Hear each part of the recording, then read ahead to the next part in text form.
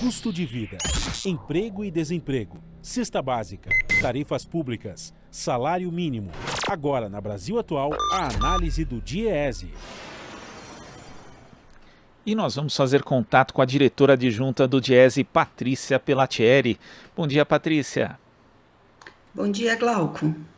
Patrícia, em 2022 a Espanha vai ter uma nova legislação trabalhista. As regras foram aprovadas no final do último mês de dezembro e revogam diversos dispositivos da reforma trabalhista instituída em 2012 no país, que serviu de inspiração, inclusive, para a reforma trabalhista que foi implementada no Brasil a partir de 2017. Como é que você vê essa reversão, né? É uma forma de, na verdade, restabelecer uma certa ordem na legislação trabalhista, já que ela...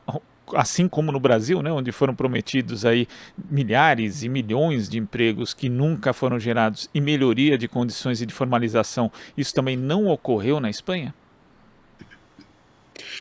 Não tenha dúvida que essa é uma das melhores notícias para os trabalhadores no final do ano passado. De fato, é um alento saber que existe esse movimento, né, começado aí pela Espanha. A gente acredita que isso possa ser inspiração para outros países que também fizeram reforma nas suas legislações trabalhistas, para exatamente fazer isso que você comentou, que é resgatar, colocar na ordem novamente pelo menos uma parte aí daquilo que foi perdido. Acho que é bom lembrar, Glauco, que lá em 2017, quando a gente discutia aqui aquela insanidade da proposta do governo Temer, e que foi muito modificada pelo então deputado Rogério Marinho, fazendo uma ampla reforma na legislação trabalhista brasileira, já havia avaliações sobre a ineficiência, ineficácia daquelas mudanças das regras trabalhistas aí que ocorreram em muitos países, né? A OIT soltou um estudo à época, analisando 110 países que haviam feito mudança nas suas legislações trabalhistas, dentre eles a Espanha, mostrando que após aí 5, 6 anos de mudança, nada do que havia sido prometido, né, o que era o objetivo daquelas reformas, tinha sido alcançado. Especialmente no caso da Espanha, teve uma matéria até que foi objeto de uma reportagem grande no El País, que trazia, inclusive, após 5 anos, né, porque tinha sido feito em 2012, e a reportagem foi em 2017, mostrava o quanto tinha sido danoso para os trabalhadores e para o país a reforma. Mostrava ali que aquele objetivo de reduzir os contratos temporários, reduzir as demissões, diminuindo aí principalmente a ação sindical, tinha sido danoso não só para os trabalhadores, que tiveram um rebaixamento salarial enorme, então teve uma queda na renda do país, mas para o próprio desenvolvimento do país, né? Que à época a reforma foi um jeito que o governo conservador de direita tinha proposto para colocar a Espanha em pé de igualdade em competitividade na Europa, que também não tinha alcançado esse resultado. Houve, de fato, num segundo momento, porque num primeiro momento houve uma destruição enorme dos empregos, assim como no Brasil, né? E no segundo momento houve uma geração de emprego, mas de ocupações muito precárias. Então, nós já sabíamos disso lá em 2017, e isso foi objeto aqui de debates, longos debates, mas infelizmente os trabalhadores aqui, nós, né, trabalhadores, tivemos essa derrota em 2017, sendo aprovado, inclusive, uma legislação, uma mudança na legislação ainda mais severa do que tinha acontecido na Espanha. Lembrando que as nossas condições de trabalho já em 2017, a época da reforma, eram muito piores, né, em termos de renda média e de condições de trabalho, de distribuição da riqueza do país, do que na Espanha. Portanto, os efeitos aqui no Brasil são ainda mais severos, né, do que os da Espanha. Acho que podemos continuar com essa inspiração, vamos dizer assim, também de fazer essas mudanças aqui no país e reestabelecer uma certa ordem. O que foi perdido levará muito tempo para conseguirmos retomar e resgatar.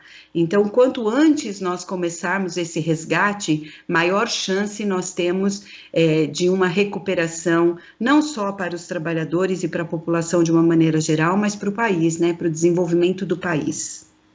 E tem esse dado importante que você traz, Patrícia, porque a reforma trabalhista brasileira ela não só se baseou no modelo fracassado, que teve resultados muito ruins para a Espanha, mas como também tem isso que você ressalta. A condição do trabalhador aqui no Brasil é muito pior que a do trabalhador na Espanha, né? Inclusive no site Recontaí, o economista Márcio Postman mostra, né, quando se fala dessa questão do custo do trabalho no Brasil, que em 2014 o custo do trabalho aqui representava 36% do custo do trabalho nos Estados Unidos. E em 2019 isso chegava a 25%. Isso por quê? Porque justamente eles ganham muito mais, em média, do que o brasileiro, né? O trabalhador brasileiro ganha menos do que o trabalhador nos Estados Unidos. E quando esse é o principal custo do trabalho na prática, e agora essa proporção, inclusive, deve estar menor ainda, porque houve rebaixamento salarial, né, de uma forma geral aqui no Brasil de 2019 para cá. Então não faz sentido usar o tal do custo do trabalho para justificar uma reforma que retira direitos dos trabalhadores e também deprime a economia, Patrícia. Não faz o menor sentido, lembrando que a reforma, essa mudança, né, ela foi profunda nessa flexibilização e precarização das condições de trabalho e no rebaixamento dos salários.